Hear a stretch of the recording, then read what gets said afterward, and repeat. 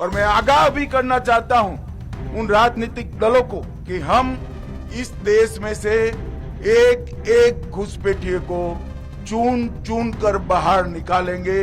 ये हमारा प्रण। कोई घुसपैठिए को अधिकार नहीं है कि हमारी लोकतांत्रिक प्रणालिका को वो प्रदूषित करे और हमारे लोकतांत्रिक फैसले को प्रभावित करे। मगर दुर्भाग्य की बात है, कुछ राजनीतिक दल एक घुसपैठिया हटाओ का जो अभियान है इसको निर्बल करने में लगे हैं और वो राजनीतिक दल चुनाव आयोग द्वारा जो SIR की प्रक्रिया चल रही है, मतदाता सूची का शुद्धिकरण जो चल रहा है, इसका खिलाफत कर रहे हैं। मैं आज इस हीरक जयंती समारोह में बहुत स्पष्ट करना चाहता हूं कि हम इस देश में से एक एक घुसपैठिए को चुन चुन कर बाहर निकालेंगे। ये हमारा प्रण है। इस देश के किसी भी राज्य का मुख्यमंत्री कौन हो, देश का प्रधानमंत्री कौन हो, वो निर्णय केवल और केवल भारत का नागरिक कर सकता है।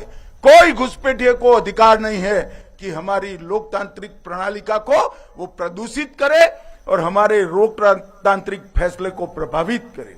मित्रों, SIR देश को एक प्रकार से हमारे लोकतंत्र को सुरक्षित करने का और निर्मल करने की प्रक्रिया है। मैं आज यहां से अपील करना चाहता हूं कि देश की जनता SIR की प्रक्रिया में जो चुनाव आयोग के द्वारा चल रही है उसका पूरा समर्थन करे।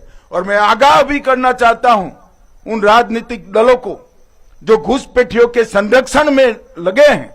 बिहार के चुनाव देश की जनता का मैंडेट है और वो मैंडेट घुसपैठियों की उपस्थिति के खिलाफ।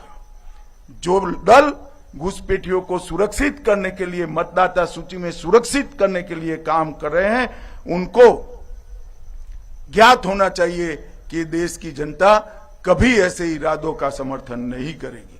मित्रों, हमने विगत वर्षों में बॉर्डर फेंस का सुदृढ़ीकरण किया है और आने वाले दिनों में हम ट्रायल का फेज समाप्त कर चुके हैं।